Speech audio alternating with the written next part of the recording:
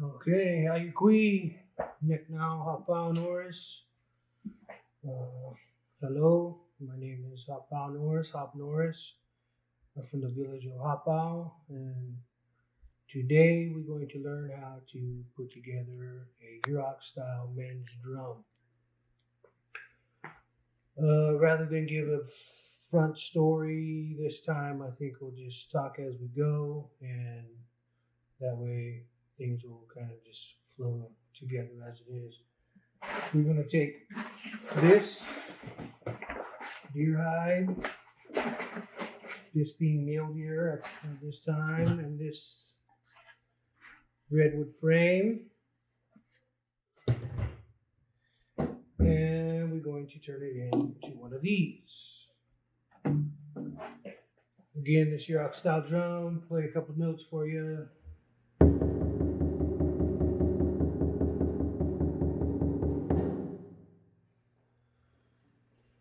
This also is a redwood frame with a mule deer hide. Here we got applewood stick, and I guess we'll just go from there.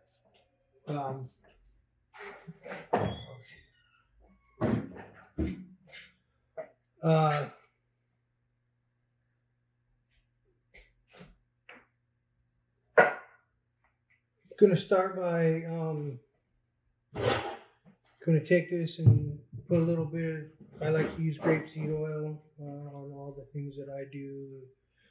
Woodwork. I use it on my shells. Anything that I want to get polished up and that stuff.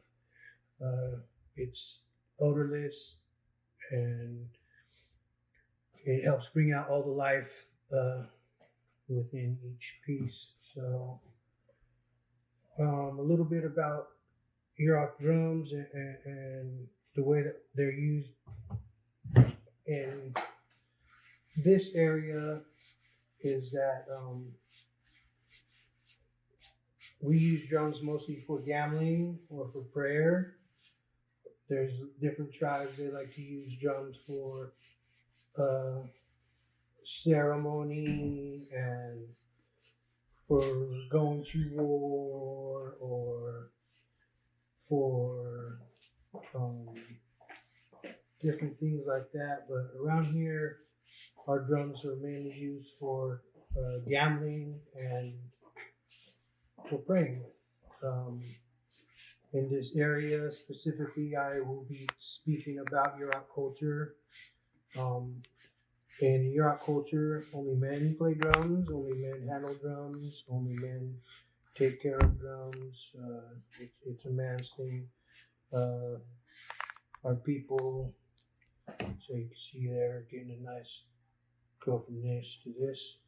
Our people are balanced people, harmony people.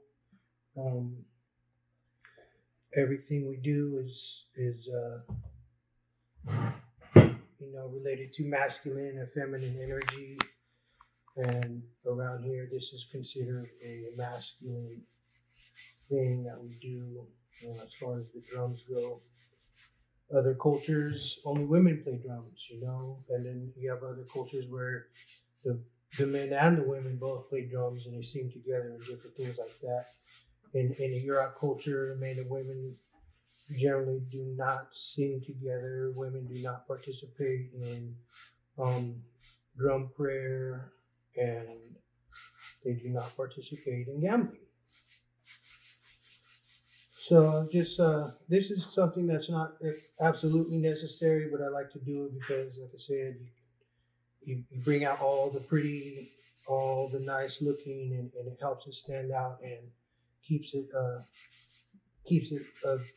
nice and dark over time, and helps to show off that redness that's within the frame. Generally speaking, frames were made of redwood, but these days people use oak, maple, cedar frames, different things like that. This particular wood right here is recycled redwood. This was once a bench from the national parks around here. They got those picnic benches, picnic tables, and this is one of the boards off of the picnic table that I cut down into usable boards for making drum frames with, and that's what it is used for exclusively. I've made probably 15 drums off the one board that I have, with maybe five or six drums worth left on that particular piece of wood. So just kind of trying to bring this out. I put this frame together earlier in the week so that I could get here and just go ahead and start tying things together for the most part. My idea was to bring the materials for a second frame and kind of show my steps to putting that together, but circumstances led me to not be able to do that this time. So we're just going to put this together and see how it goes from there. These are not, I won't be able to tie this off and play it immediately. There's what they call a cure time, or cure processing time, which is approximately 7 to 10 days before the drum is ready to play, all of the moisture pulled out of the hide, and really be able to give you that sound. If you try to play it before then, you're going to stretch out the hide in a way that you don't want it to. It'll make your hide loose, and it won't sing right. You know, you want your drum to sing, have a nice deep voice, like a man's voice, kind of like that, and that's the idea for this particular item here. You know, again, this is not something that we generally use for ceremony. Each drum is an individual's drum. Different cultures, they have, you know, the multiplayer drums, got 5, 7, 10 individuals all sitting around, big round drum, and all playing together, singing together. Our drums, one man, one singer, and that's how we did those. Okay, so this here, gonna let this sit, nice and dark now. See kind of the inside, the difference between the oiled and the not oiled. It's not necessary to oil the inside, because once we get the rawhide over that, this will basically become invisible. I'm going to take this nice, real pretty piece here on the top with the knotwood and that stuff, and that's going to be the top of my drum. Just sit on the bottom, so it will stand like this, nice and flat. Okay, next step is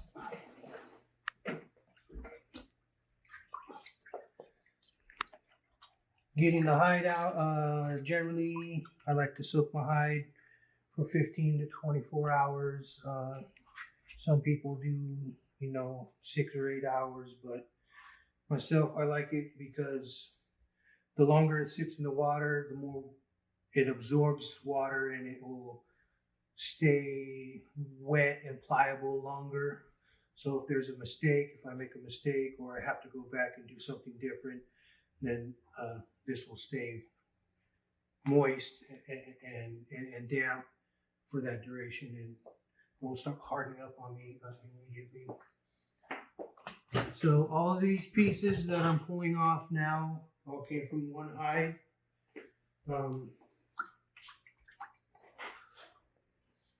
So kind of wick off the excess moisture here, turn it inside out. Each piece of rawhide has 2 sides, what I refer to as the inside and the outside.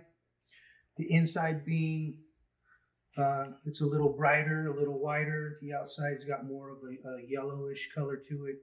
And you don't want to put the inside out because it's got more of a raw and textured feel to it. the outside is nice and smooth, and just like how the hide sits on the animal, that's how you want your hide to sit on the frame, with this, what I call the inside, being what sits next to the skin on the animal, and this outside being where the hair would have been. Okay, so generally speaking, our drums are almost square, not quite perfectly square. So this only is going to fit on here one way and no other. I try to give about an inch of play all the way around. I think I want this one on the top. And that way we get this little bit of wrap around. I mean, you can go here and have a little bit of the sideboard exposed, as long as the hide completely covers the inside of this hollow space here, then it will still function. But generally speaking, you want it to wrap around and have a nice good hold on it.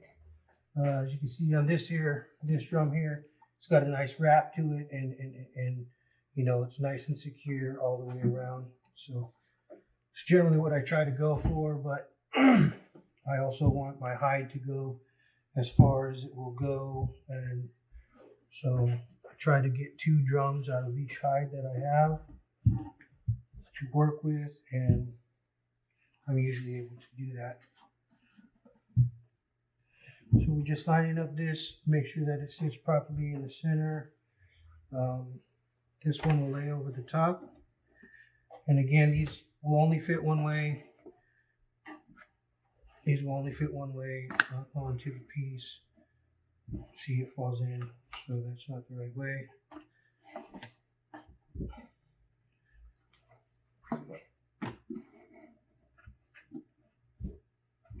Okay, we'll get back to this. The lace also comes off of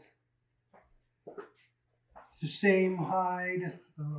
I left a little bit here to work so that I could kind of show the technique that I use in order to achieve the lace, which ties everything together.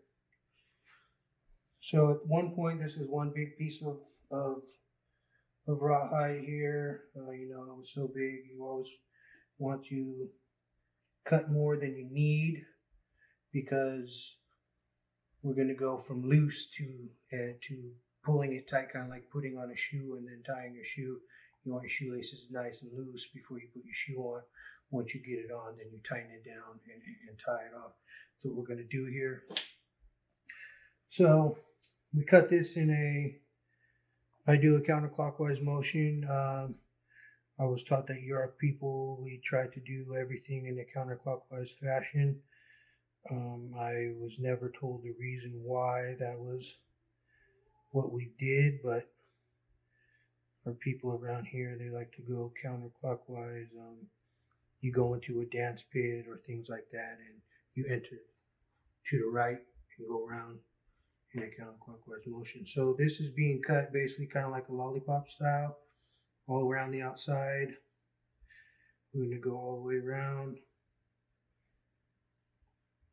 And we're going to have some of these little, what I call tabs on certain spots.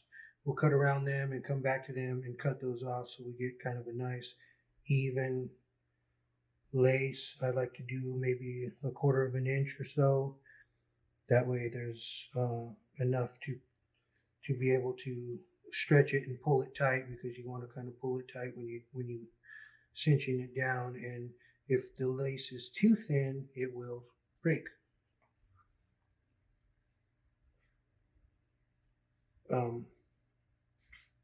Our drums these days are mostly used for gambling purposes, and you know, there's a story of gambling that I can share with you while we do this, and all of the Yurok stories that I've ever been taught, they have a little moral that goes with them.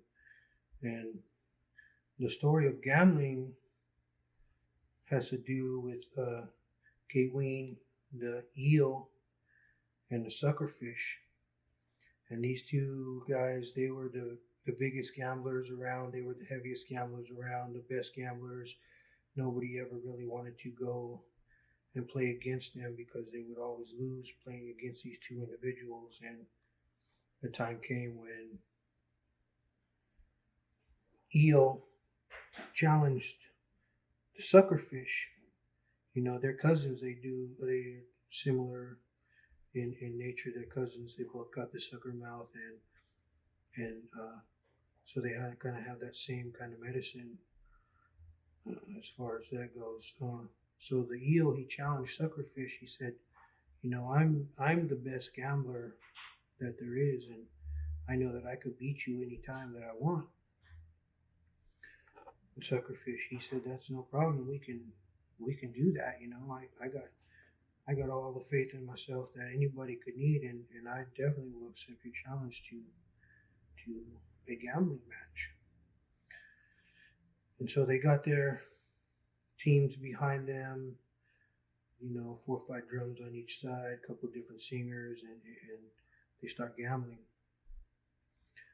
And back and forth, back and forth, back and forth. Nobody can get ahead.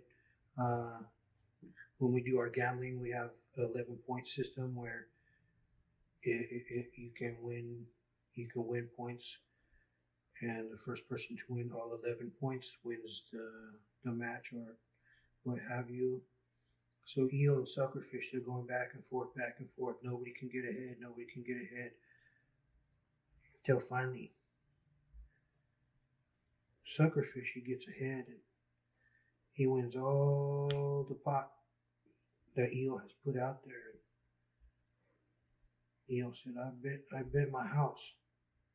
So they go again, gambling for days and days. And finally, suckerfish wins eel's house. And, okay, well, I bet my regalia. And eel put his regalia up and gambling for days and days again. And eel, he loses again. Okay, he said, I bet my wife. And he bets his wife. In the old times, you could do that, you know. Around here, our wives were paid for, and in certain circumstances, they were used as collateral and different things like that. But you know, he put his wife up.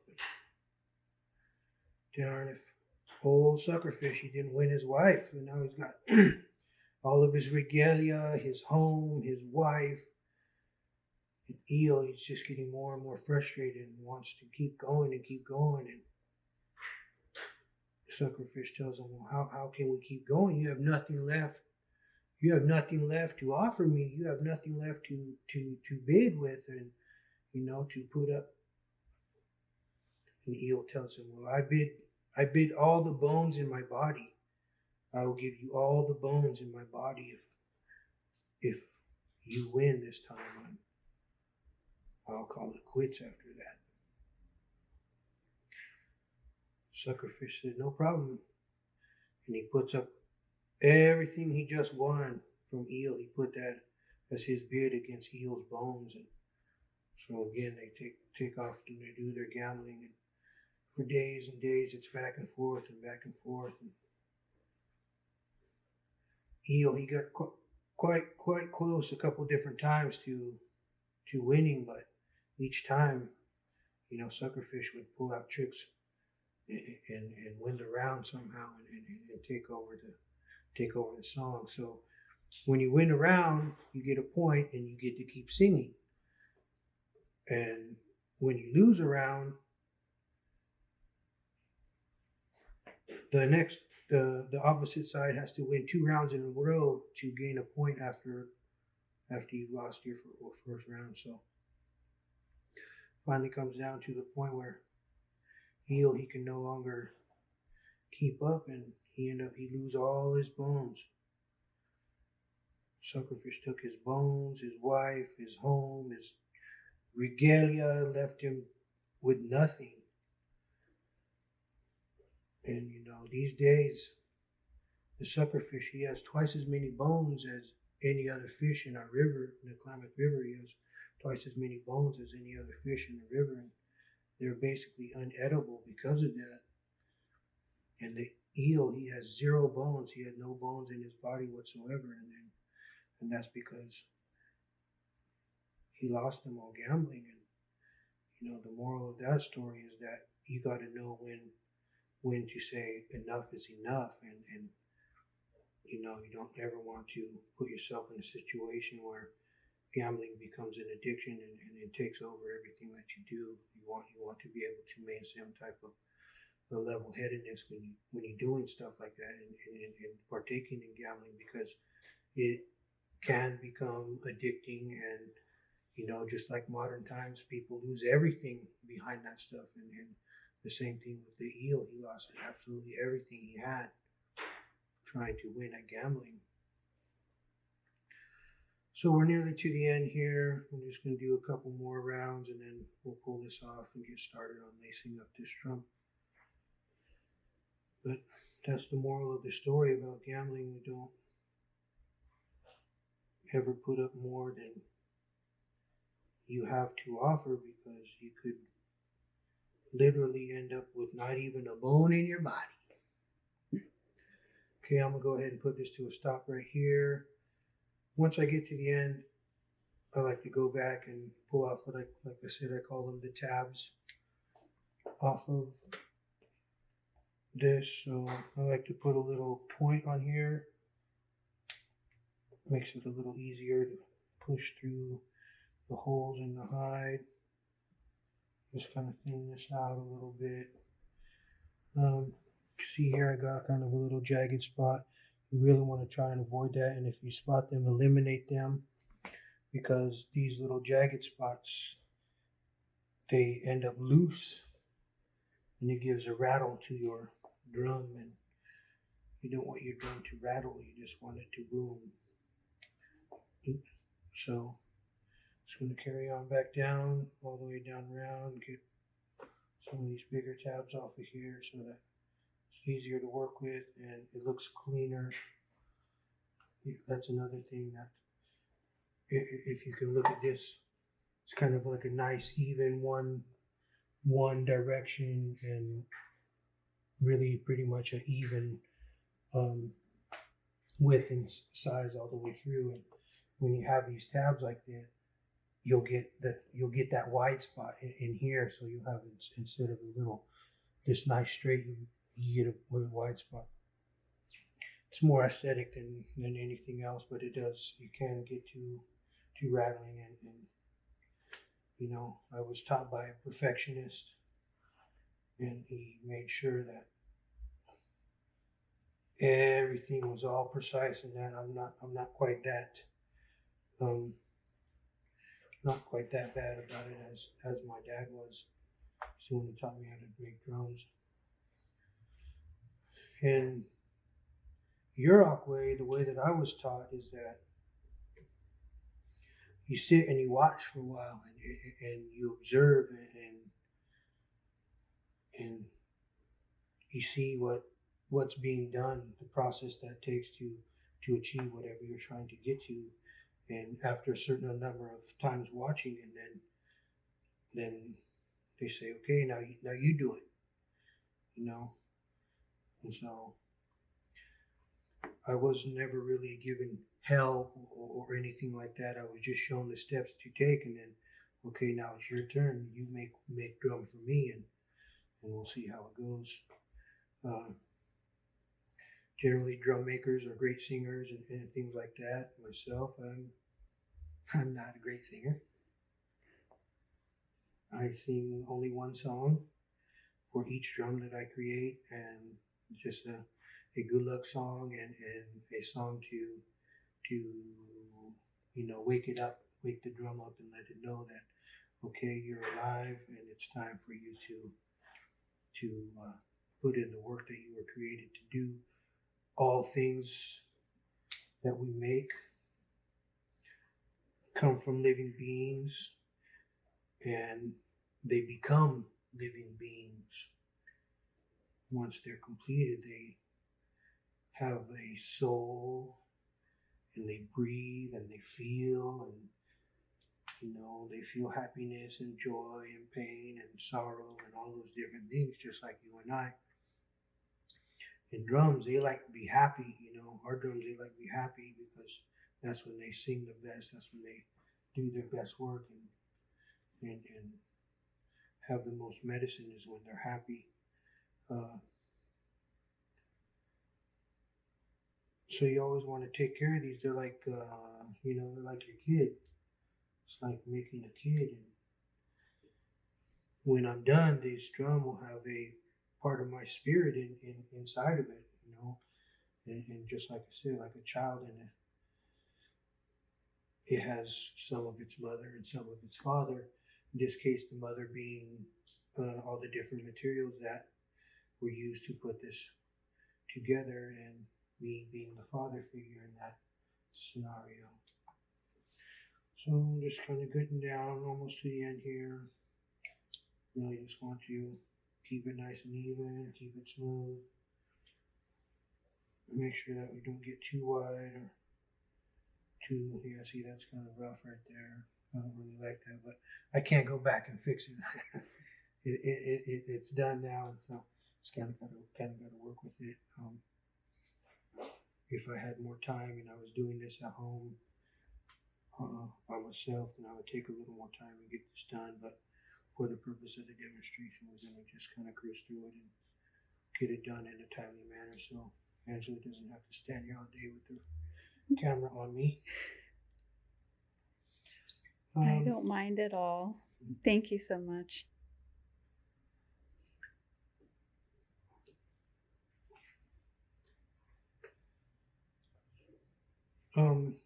As far as the lace goes, there's the inside and the outside really doesn't matter like it does with the actual body of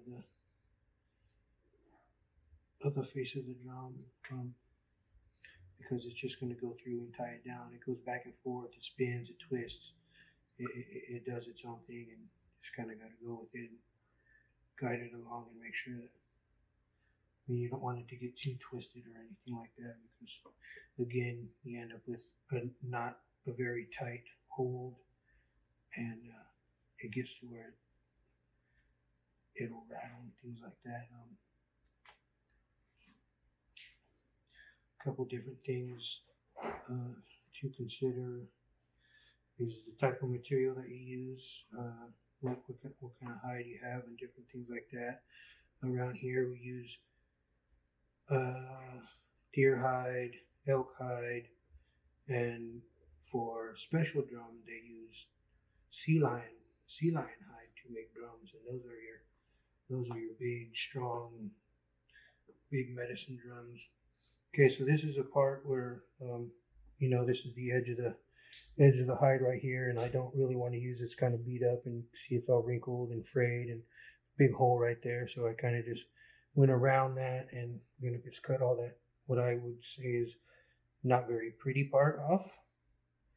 Try to keep it a little prettier and nicer looking, because even this little frayed stuff, you can get a rattle out of that, and you really don't.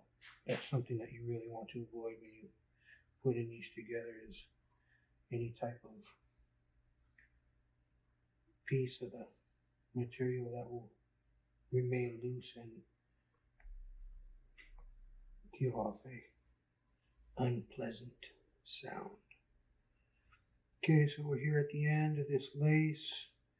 Going to be able to get started on tying this all off, and if we have time at the end, I will also put together a stick for you and to see how that process is done. At the end, I always put the drum together first, and then I put the stick together. That's just my own personal thing. Each person will have their own preference, their own way of doing things, and a little bit different style of how they put it together. I've been fortunate enough to be able to teach a lot of individuals on how to do this over the years. I think I'm going to flip this over because this is not cooperating. I wanted it to. I'm going to put this down. Once again, myself, I like to pull to the edge so that I have a little bit of room to work. The high likes to stick. See, it likes to stick to the surface. So I'm going to work around that a little bit. Again, I just kind of want to get this centered so that when I pull it, everything is pulling evenly all the way around as it wraps around.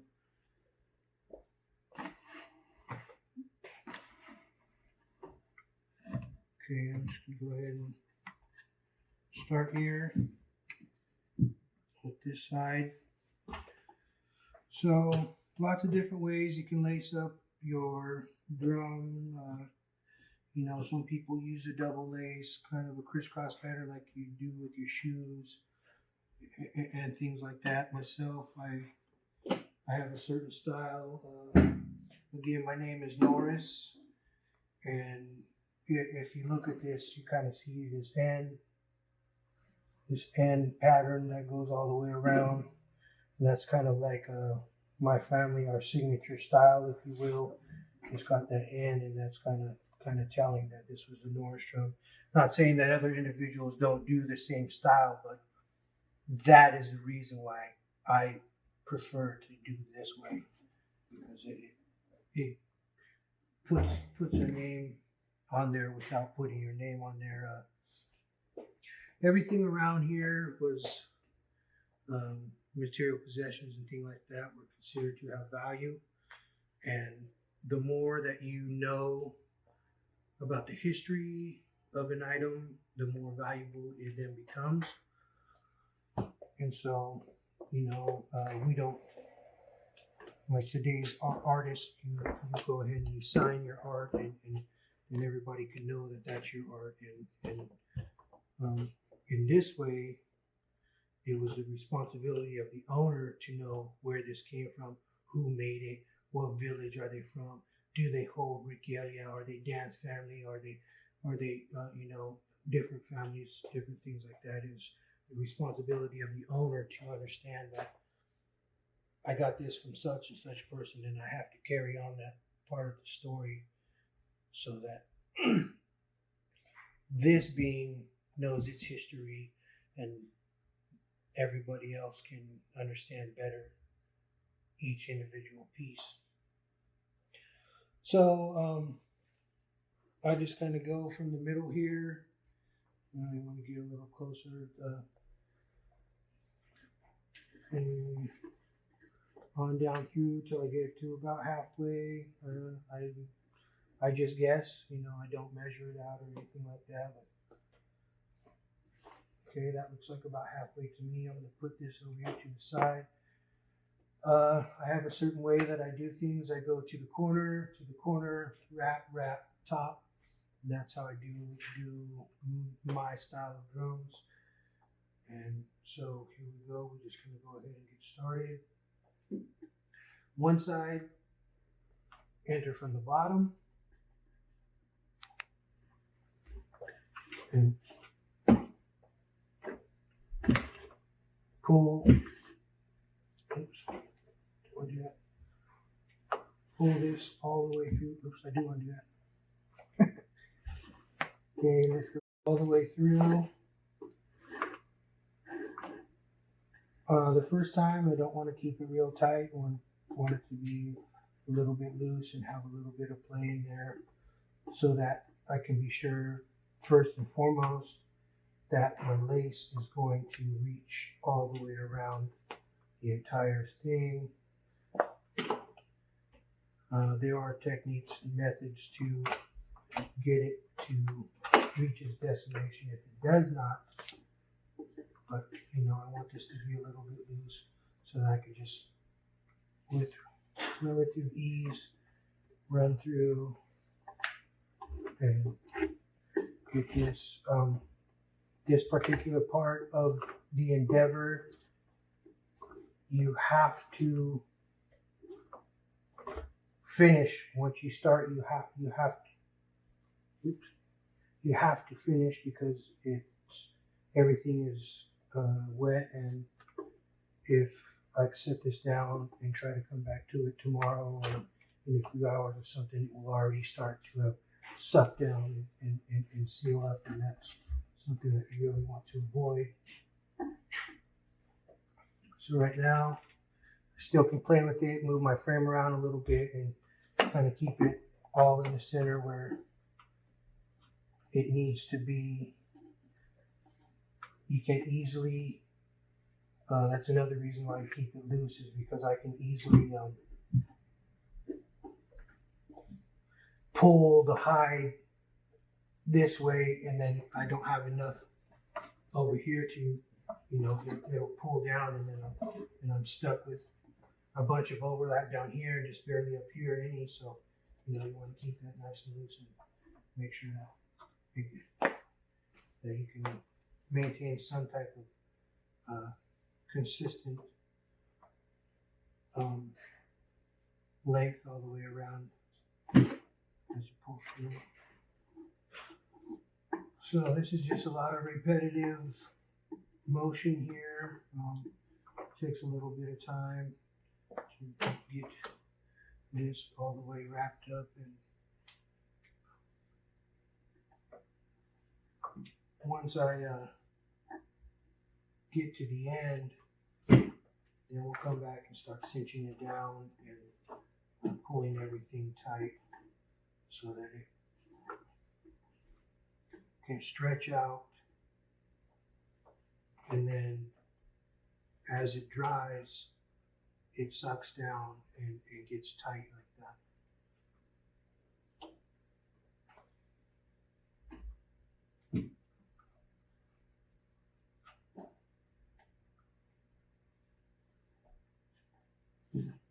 It's been several years since I myself done any type of gambling or anything like that. I got a couple brothers, and those guys are pretty renowned gamblers, pretty well-known gamblers, and just I haven't been on that scene for a while. Something that I really enjoy doing, but I'm a little bit like Eel, and I like to bet big, and you either win a lot or you lose a lot. So, that's one of the reasons why I try to keep from gambling too much. But it is something that we tend to do, especially after ceremonies and things like that. Gambling is supposed to be something that's fun, and help take away some of the heaviness of ceremony, because ceremony is real heavy on your spirit, and gambling is a way to bring yourself back from that heaviness and have some fun. So I'm just going to turn this corner here, and then I'm going to start on the other side.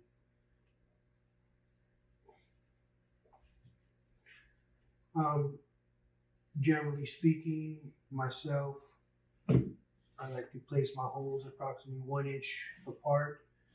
Now, again, each individual drum maker has their own style, their own technique. I could get away with, 2 or 3 inches between each hole. So, for example, go back to this one here. It's got about a 2-inch gap rather than a 1-inch gap, But to me, that's I don't know. I just like the way this looks, feels, and sounds better with the 1-inch gap between the holes. It takes a little bit longer, but I feel like I get a tighter, more secure, and as I said, a better sounding drum. Okay, now for this direction, rather than coming from the bottom, we're going to go from the top, and this will maintain the flow of the lace and keep it in one singular, to where it's up and down all the way. If I had come down and wrapped under, then I have a tight spot right here that would not allow the lace to flow properly when I'm cinching it down. It would bind up in that one spot and not make it impossible, but make it a little more difficult to proceed past that point when I'm tightening it down.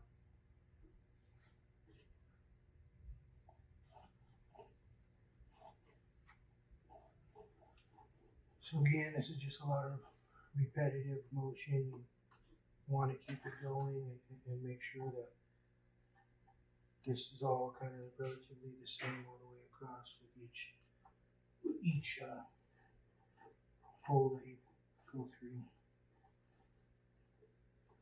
See, I could pull it down, and I don't want to do that because then it throws off the balance of everything else. So I'll keep this nice and loose, and so it maintains somewhat of a regular or similar distance and looseness all the way around. At this point, my main goal is to get this lace from the bottom to the top and have some left over so that I can add a handle afterwards. Some individuals, you know, their handles are different. Some people tie their handle here in the corner. This drum, which was made by my father for my son, he uses a separate piece of rawhide for the handle. Myself, I like to use all one lace. So this is from here all the way around is all one piece, all one lace, and then, you know, that to me it gives it again a more solid, more secure feeling, and it looks cleaner to me. Each person has their own preference, you know.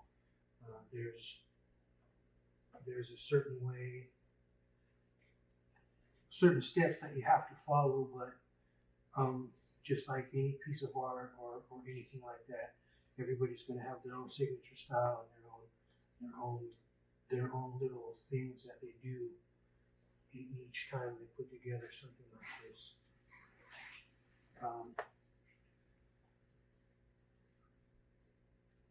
The frames can be a lot of different varieties of width and size. Generally speaking, the drums around here were between 14 and 16 inches. Okay, now we've reached the corner here. What I'm going to do is I'm going to take this and I'm just going to turn this whole thing.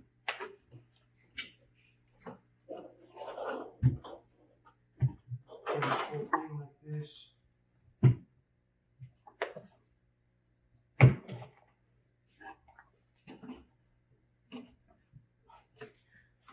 Still, my frame is loose inside there. It's not, you know, it's not really secure, so I have the ability to play with it a little bit and kind of make sure that everything is still lined up in the center, so that when I start pulling it tight, everything's ended up with the frame in the center of the hide, and not to one side or the other, or to the top or to the bottom. So for this part on the sides, what I call the sides, rather than a half a run like we just did here, I'm just going to go ahead and run this all the way to the next corner, and then we'll flip to the other side. And oops, see, getting a little excited, and do the same thing on the other side. Now see, that's too tight.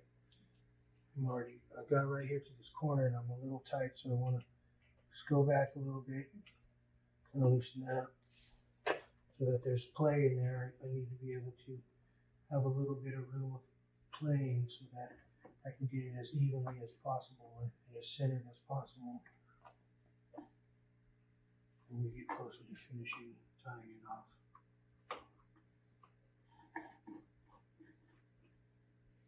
No, I'm just talking, but try not to just sit here. No, it's fine. You're doing great. I have a question. Yes. So you said earlier that the shape is square, but it's not a perfect square. Yeah. So generally speaking, in nature, there's nothing that is perfect. There's nothing that is completely symmetrical, and that's kind of the same idea of these drums, is that it's a living being. It becomes alive and it has a life of its own, and so you don't want it to be perfectly symmetrical. So, for example, we have right here, this is 16 inches by 14 inches. If you look at it really closely, you can see with the naked eye that the sides are, it's a little bit taller than it is wider. The same thing with this drum. If you look at it a little bit, you can see that it's a little bit taller than it is wider. Obviously, these are two different sizes of drums. Around here, generally around 12 inches up to even 20-inch drums were made.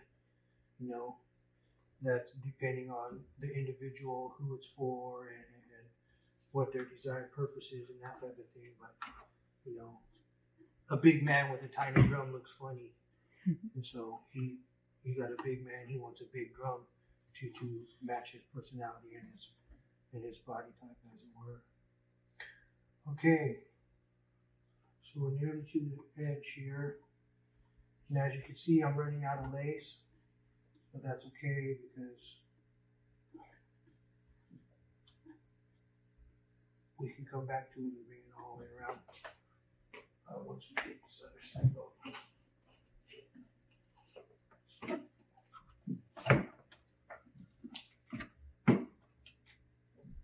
So again, I want to try and make sure that everything is evenly spaced all the way across, so that it maintains the integrity of being in the center of the pieces of hide. Okay, so now we're going back to the bottom up for this side, and it's just to maintain the continuity of the way that the lace is running, and to have a nice even flow all the way across, from bottom to sides to top.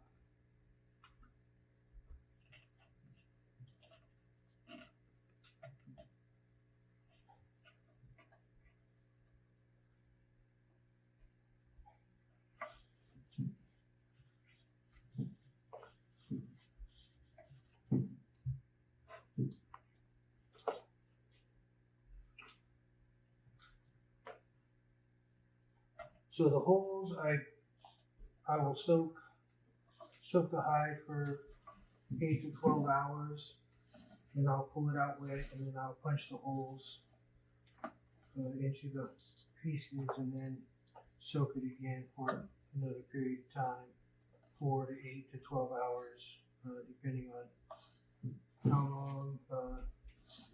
Myself, I never generally say, okay, I just put the hide in, let me start a stopwatch, and I'll come back at such and such time. I just, just like any other thing that you create or make or draw or build, it will talk to you. And the drums are no different. Even in their raw material form, they have a tendency to say, okay, it's time to do this or that. It's time to punch holes. It's time to cut lace. It's time to put frame together. When I'm building my frames, I don't use any type of pins or anything like that. Some individuals will put small pins or little nails and things like that to hold the corners together. I don't use those. I just use wood glue to hold my drums together, and at this point in my life, I have never heard of any of my drums falling apart or coming apart or anything like that. Once this is together, if it's well maintained and properly taken care of, theoretically they last a lifetime or two.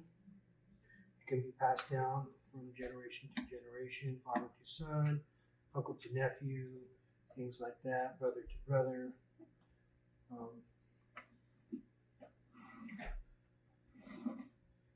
Myself, I've made drums for everyone in my immediate family, my brothers, my sons, my dad, a couple of my uncles and cousins, and I don't have one.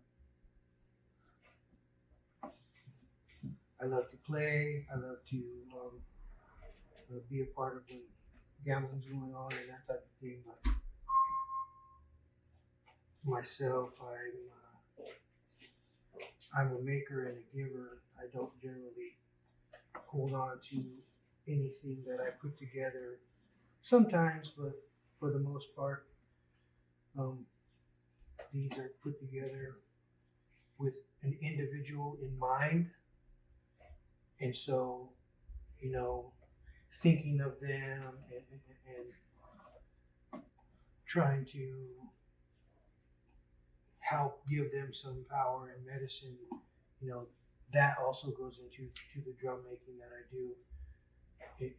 And so each drum that I make, obviously not this one, but for the most part, each drum that I make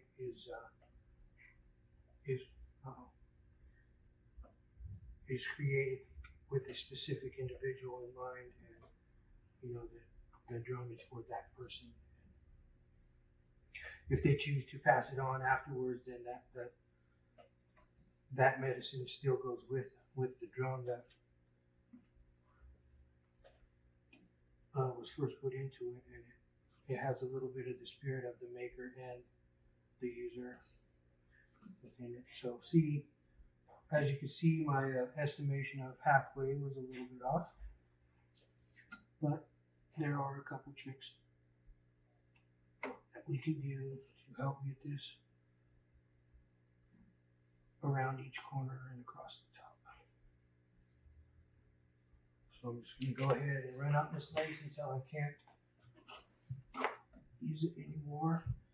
Again, I'm trying to find the center here and make sure that this is an even run all the way across, nice even run all the way across, so that the frame is sitting in the center.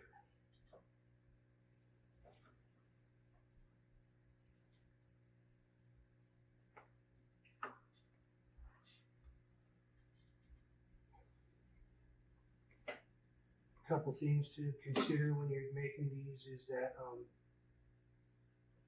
during the skinning process, some parts of the hide end up thinner than other parts, and so you have to take that in consideration when you're pulling and stretching and making sure. I say that because I can see right here, this is it's got kind of a different look to it than this area here. It's got this little bit of a different look, and what that tells me is that this part of the hide right here is thinner than this darker part. So little things like that you can learn as you go. Okay, we're almost to the top. I need to go ahead and I'm going to take some of this looseness and I'm going to pull it around so that I can bring this up and around and bring this up and around. Because I'm shorter on this one side than I am on this side, I'm going to take more from here and bring it around, and I will need to take from here and bring it around. That way when I get to the top, it's more centered and more even in length with the excess. So I'm going to go about 3/4 of the way. I'm just going to pull a little bit, just a little bit. And as you can see, I'm starting to get some excess here. And the excess will eventually turn into what I need to get all the way around and to the top center of the drum.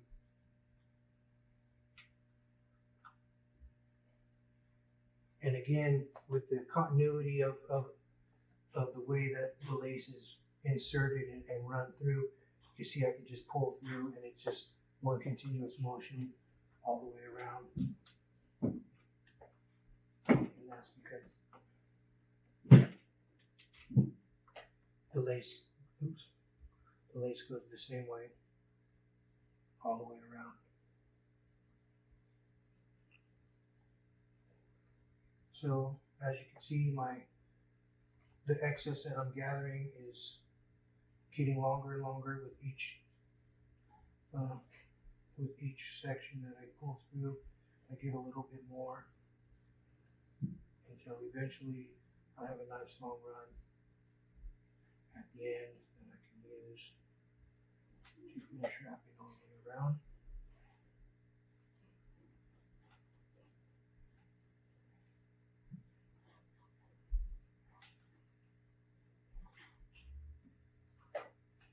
And voila, a bunch of excess that I can now take and run through.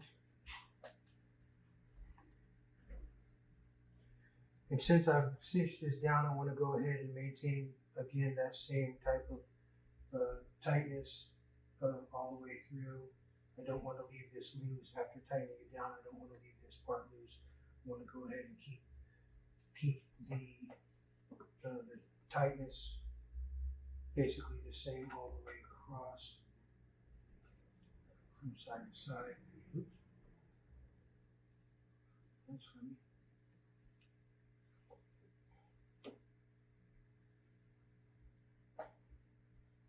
Missed my spot.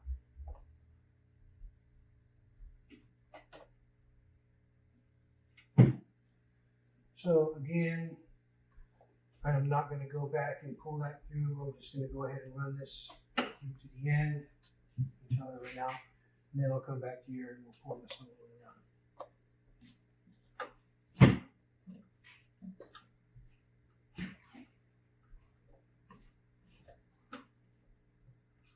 I need a little bit so I can pull on this and it'll give me some extra that I need to get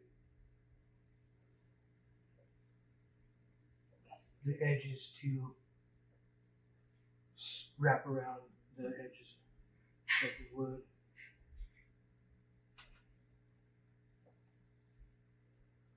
Because again, if I don't, and I have any part of this hide sticking within this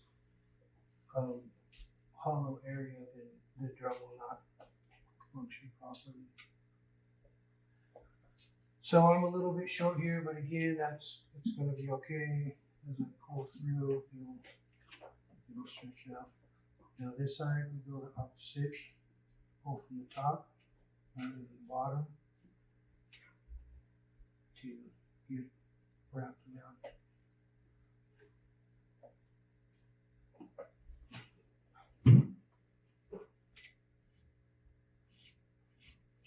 And if your lace is correct, I should be able to just pull one spot and it pulls it through two holes. It keeps a nice even flow of the wraparound and allows me to do this with relative ease.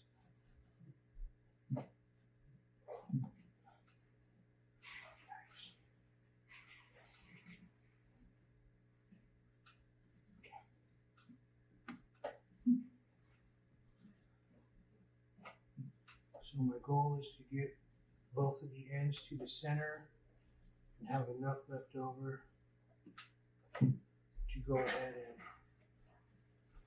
tie a handle into this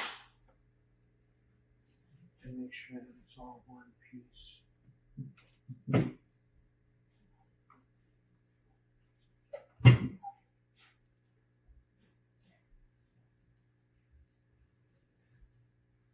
Each time I cinch down, I like to do 3 rounds of tightening.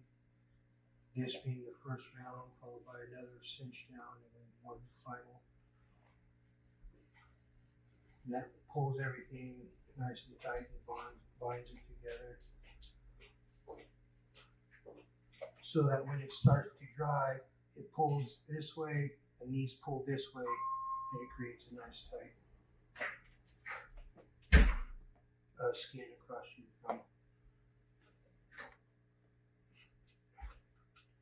Again, we're on the one side, so this comes in from the bottom. Everything I do is by eyeballing. The number of holes is not the same for each side, so I'm going to have to do a couple fancy tricks here in order to maintain this and get it to where.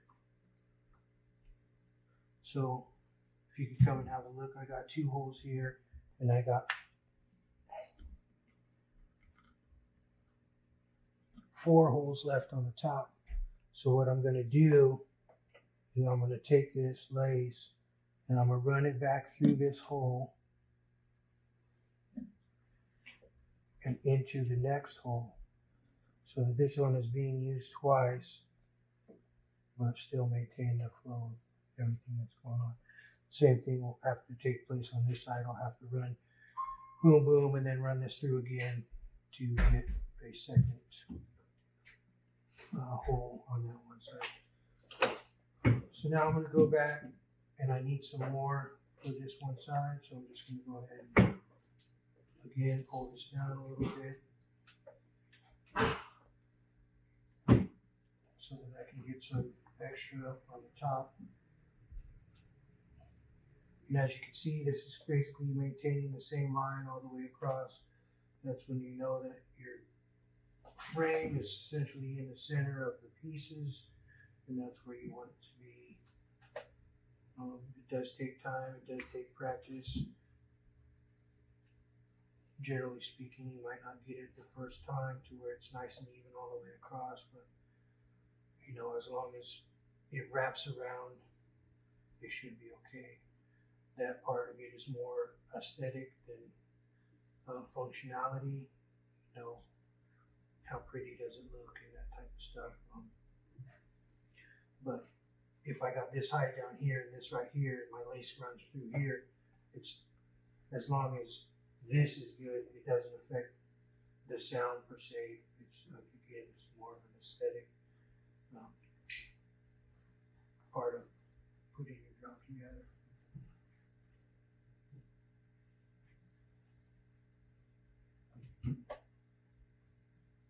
About how many drums have you made so far? In my lifetime, Mm-hmm.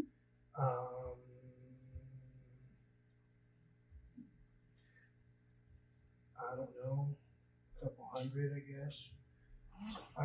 I make round drums, hand drums.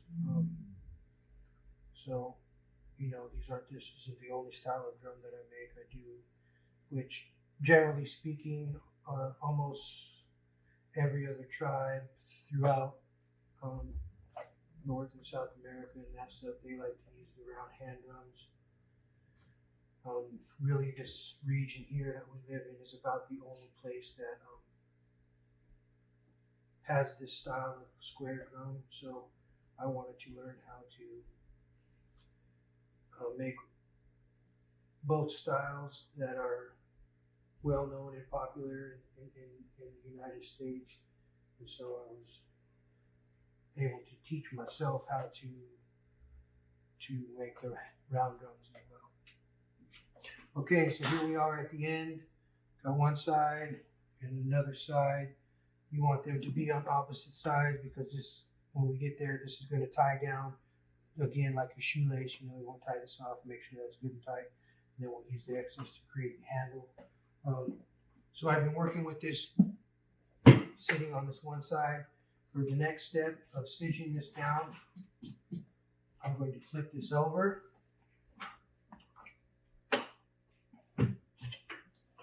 And I'm going to pull from the opposite side, and what that does is it creates less tension on the one side, and I'm pulling back and forth so that this isn't pulling all one side to one direction or the other, but it's pulling it in an even way so that each half gets a good cinch as you pull down.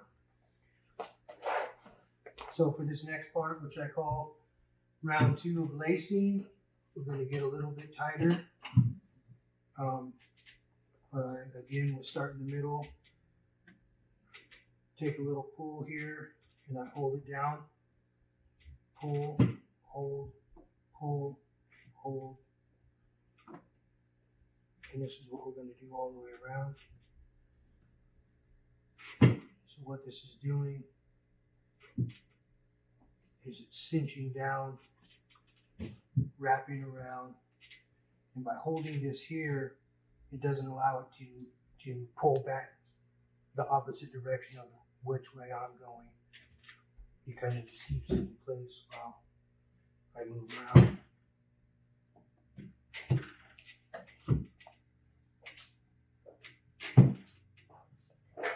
And the hide, you can feel it. It talks to you, and you can feel it as it starts to give. And you can see how it's stretching out here. Now, that's going to be okay. You want it. That's kind of what you want to happen. That way, you know you got a good tight pull, and it's wrapping around the edges of the frame real good. If your holes stay in this more of the round looking, that means you're not getting it tight. So you can see the difference here, how this is loose and how this part is tighter just from this section to this section. I mean, you can observe it just with your naked eye. Again, for the second round, you don't want to pull it super tight, but pretty tight.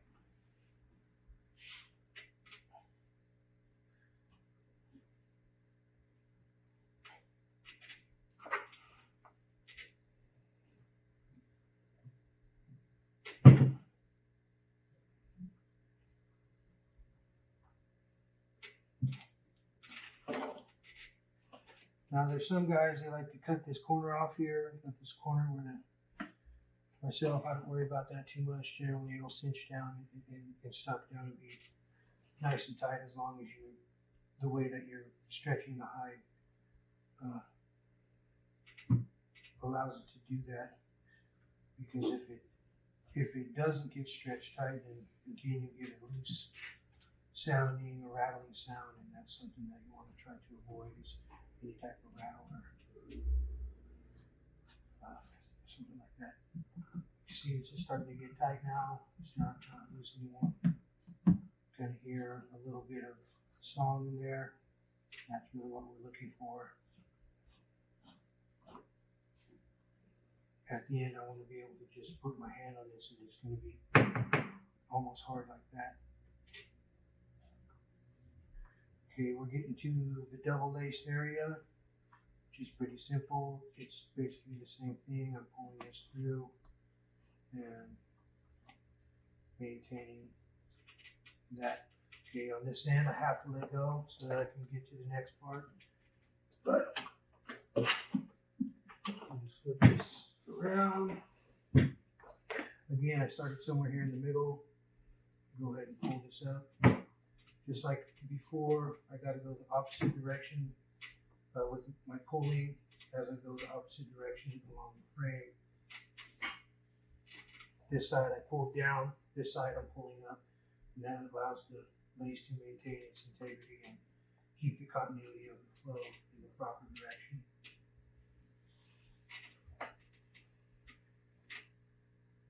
Again, I'm holding this down, kind of cinching it down with my thumb as I move on to the next hole, so that it doesn't loosen up and pull back towards where I just came from.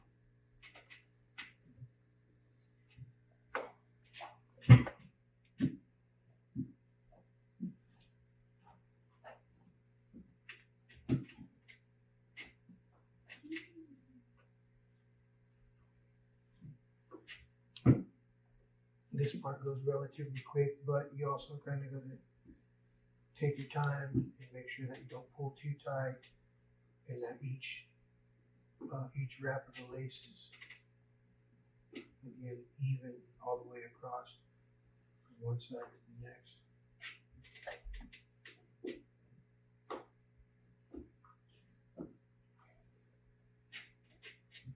And here I'm kind of keeping my fingers just along the frame, holding it down. I don't want to put my hand in here and hold it down, because then this will put pressure on the inside here, and then it'll create loose spots, and we want to avoid that. So got my fingers across, holding onto the frame only, not sticking them in here.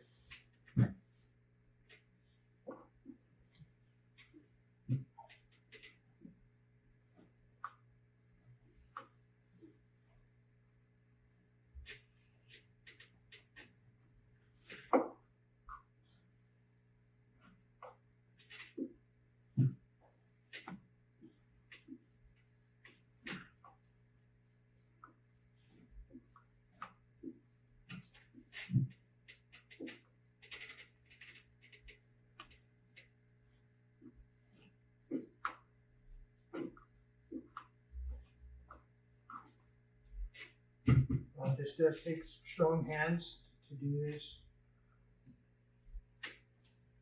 and a little bit of finesse. Strong but soft, I guess.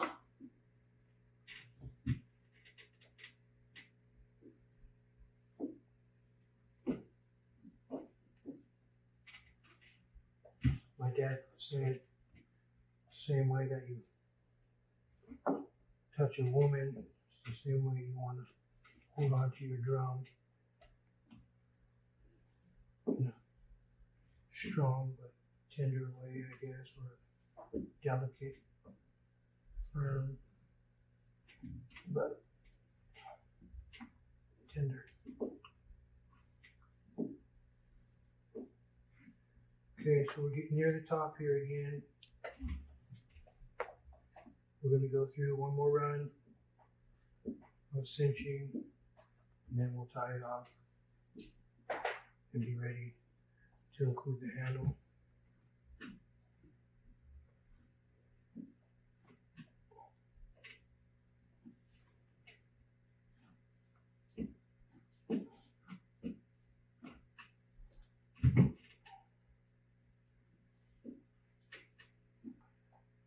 Getting back to the double hole. Simply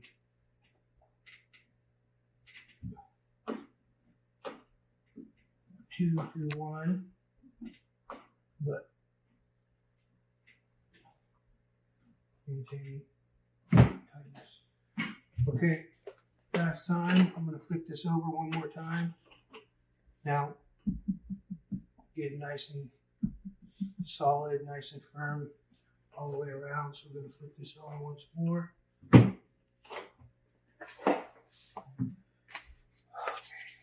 And we're just going to cinch this down one more time, just a little bit more, so that it's nice and tight. As you can see, this run across the bottom is a little bit more stretched out than the run across the top. I want to try and even that out and make sure that everything is nice and firm in there. So here we go. And on this one, I kind of pull up and down. On this last one, up and down.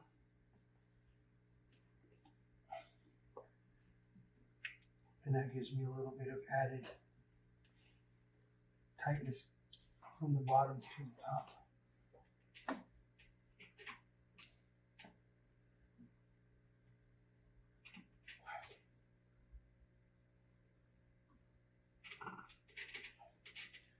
See this corner here, kind of stick and tuck it underneath the other corner, and that will all cinch down eventually, and that will just overlap, and it should be just fine.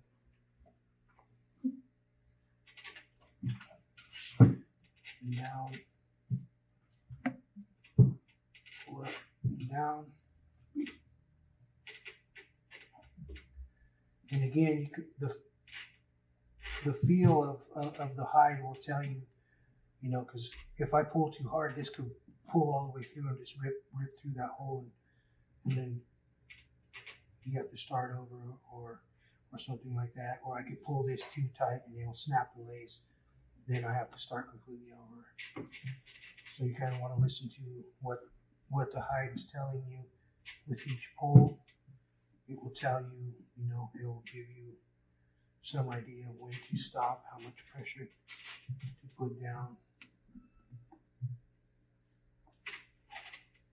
and maintain as you carry on across.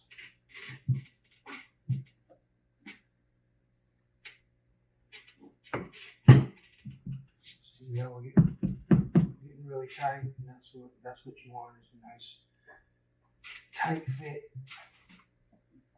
You want this to be stretched really, really, really good.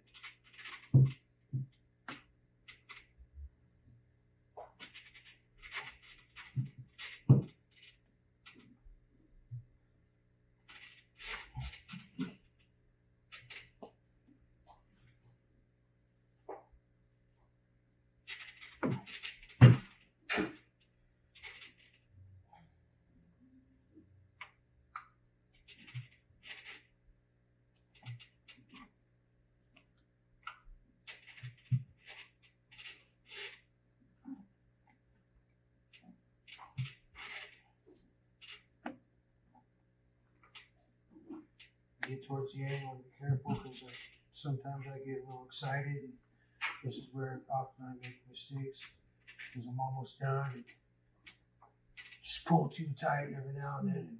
I know it's devastating. There are workarounds, but still, if you don't have to, it's better that you don't. What's going on here?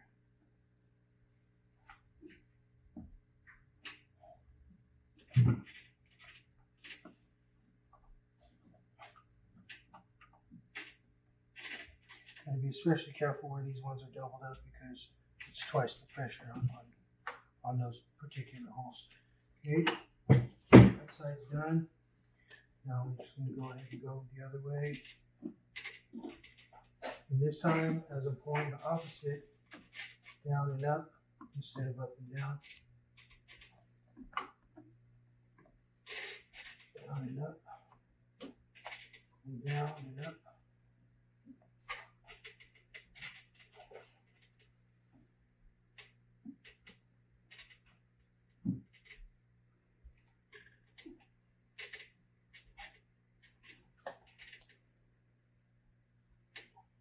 So I'm going to go ahead and tuck this under and cinch it down, and that should keep that little corner there from flapping around or getting loose.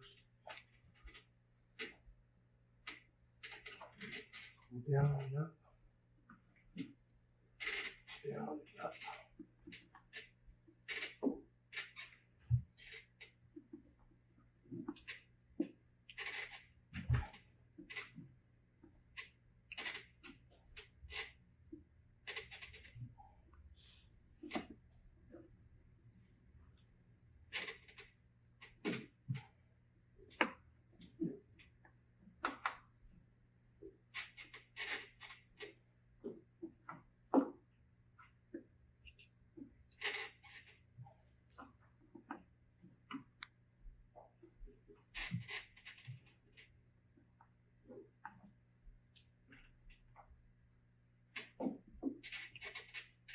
Getting near the end now. Once we get this final little corner here worked out, then we'll tie it off and create the handle.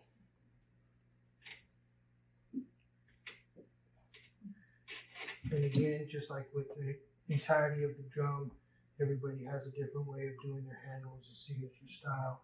It's more about what's comfortable for you than anything else.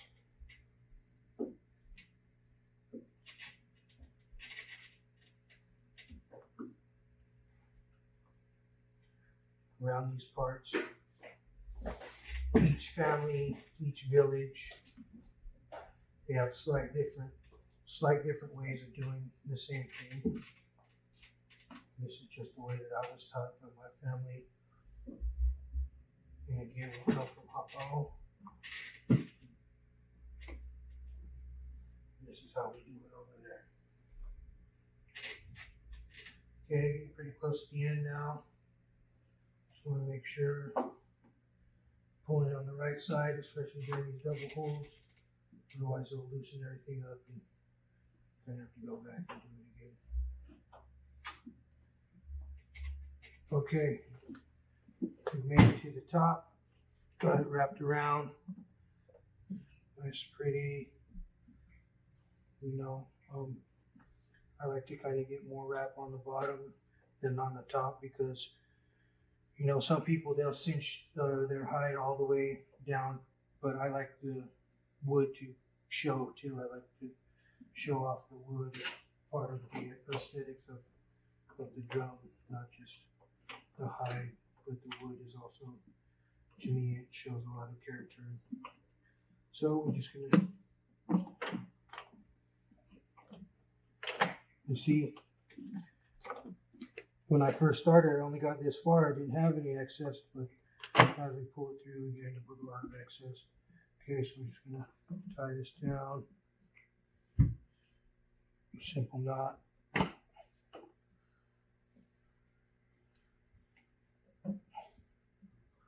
Pull this through.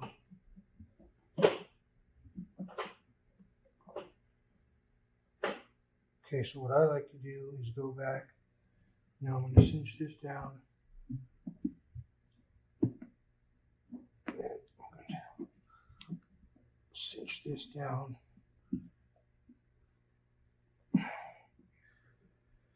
Yurok people, we do things in threes, generally speaking. So I'm going to do a third tie here, and then we'll work on putting the handle on. So I got all this left over. What I like to do, I'm going to take some of it, and I'm going to get to about here, maybe 5 or 6 inches. And now I'm going to take this and I'm going to start wrapping it around the opposite side. Wrapping it around.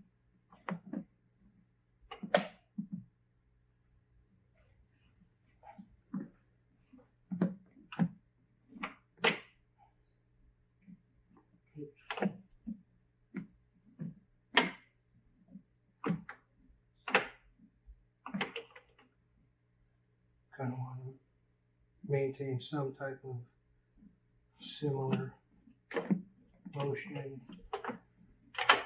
So you want to pull this up to where it's tight there. Again, just keep wrapping it around itself. Well, it's actually the opposite side of the lace.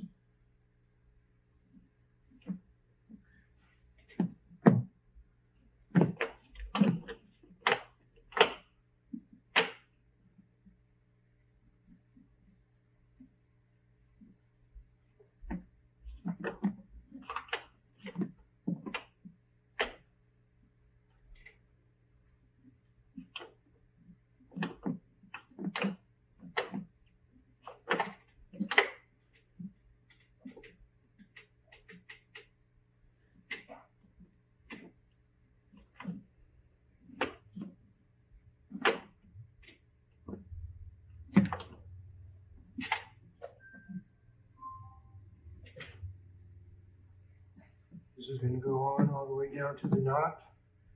And then I'll flip it over and do the other side. Now I like to do a double. So we'll go around down this way and then back up this way after.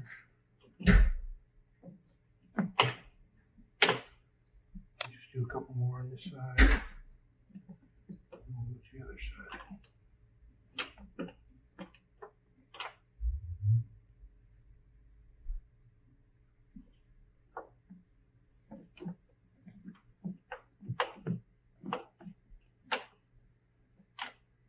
Okay, so I like that. Just flip this around. Maintain the center point here.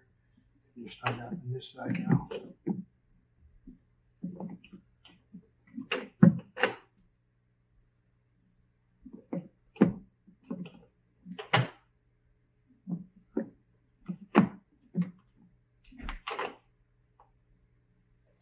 Now I've actually made more drumsticks than I have drums.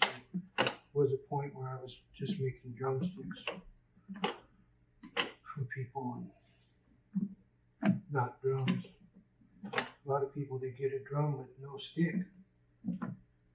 Myself, I always, every drum I make, it gets a stick that goes with it. That's part of the deal. You can't really have a drum without something to play it with, you know.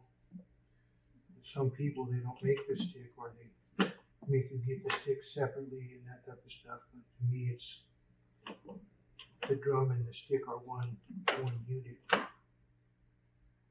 Like buying a car with no steering wheel. Don't make no sense. I have a car with no steering wheel, so steering wheel is included. Same with my drums. Stick is included. Each stick is custom.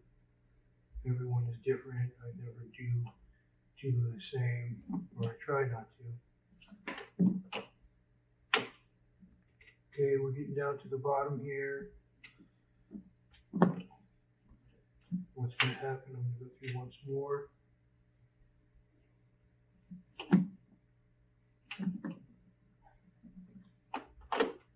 And this is going to wrap around.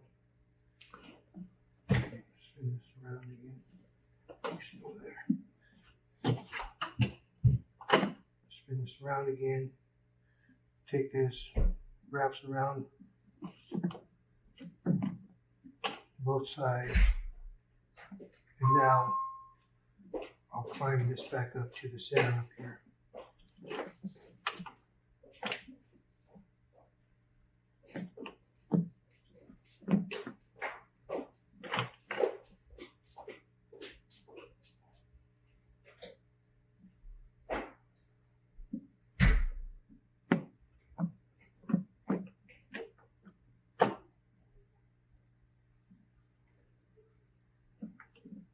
Both sides will give it a double wrap like this, and we'll finish tying it off here at the top.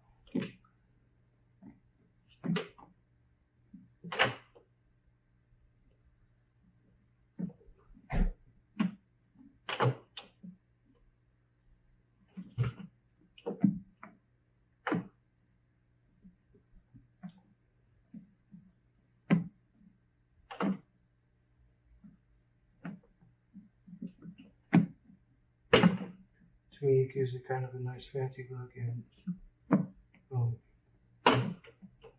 I don't have a lot of waste. I try to use almost all of the excess lace so that none of it has to go to waste. Okay, I'm pretty much to the top here. I'm gonna let that go. Spin this around one more time.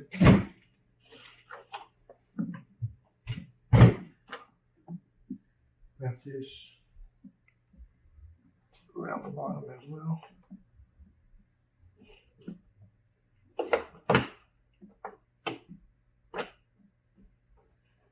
And then we're going to climb this back up to the top also.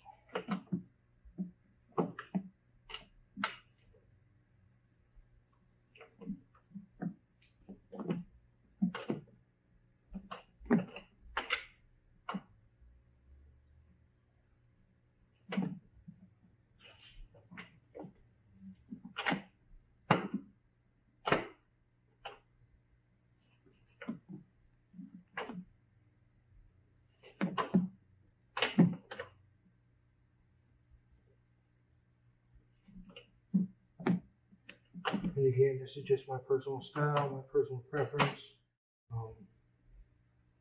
Nobody that I know or can think of does this particular panel wrap. It's kind of like my signature move.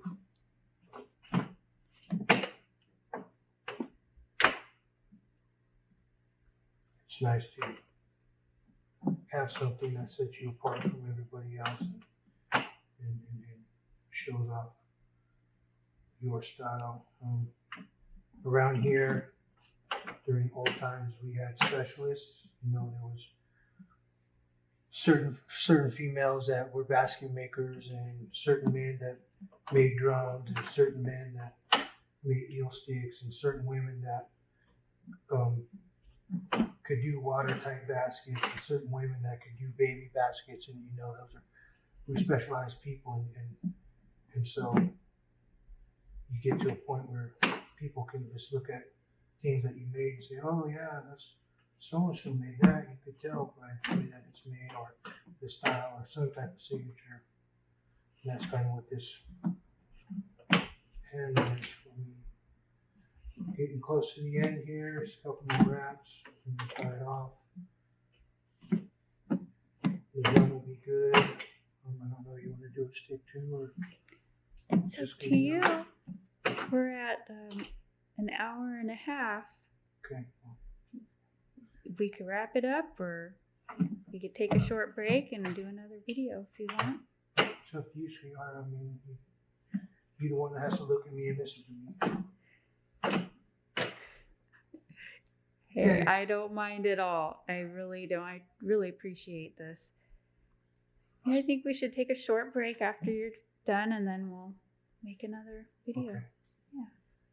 So, at the top now, what I'm going to do, I'm going to cut some of this off because it's kind of just accessing in the way. So I'm going to cut this off.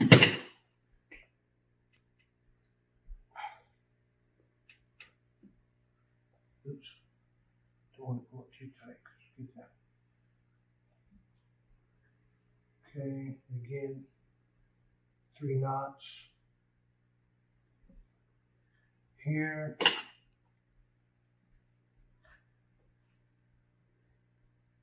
Cut this off, and there you have it. Wow. Yurok style drum, redwood frame, mule deer hide. And already there's a little bit of song in there. Beautiful.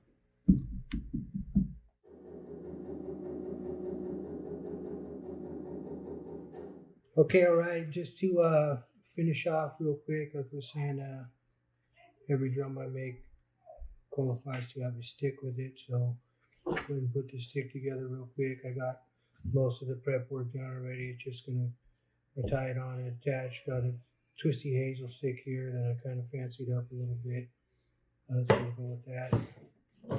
So just going to take this. Generally, I use old t-shirt or some type of other cloth material for what they call the head of the drumstick. Want a nice something that will ball up into a nice hard little ball. So got a little notch on here at the end of the stick that everything's going to cinch down on. Got this ready to go. Go ahead and stick this down in the middle here. Kind of push down on it a little bit. Cinch it down some. And then with my excess, I'm going to go ahead and wrap this around. I want to try and keep everything down tight. Pull this as tight as you can. I like to use sinew because I can really pull it tight and get a nice, good wrap on there. Keeps it from coming off at the end. Some people use super glue and this, that, and the other, and I don't use any of that stuff. Just cinch it down and tie it off. Take the other side, wrap it up. Also, really basic, really simple. Take these ends.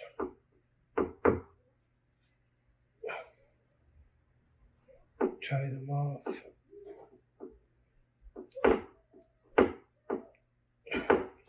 Again, I do 3 knots. That's just something I was taught that as young people, that's what we do. So now this, it doesn't come off. Gotta really put some effort into getting it off. It's a nice hard little ball. And we're gonna take and cut the excess off. Burn this down.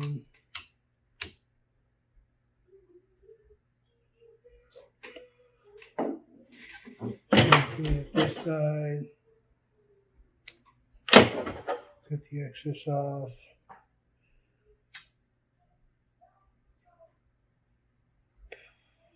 Burn that down. Now, I obviously don't want all that, so I'm gonna go ahead and come through here. I'm just gonna work my way around.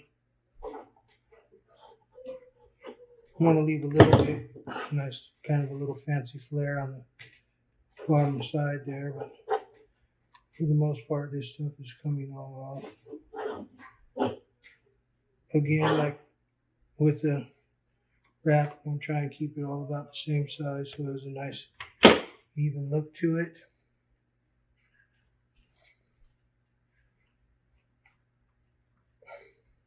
Looks pretty. I'll try it out.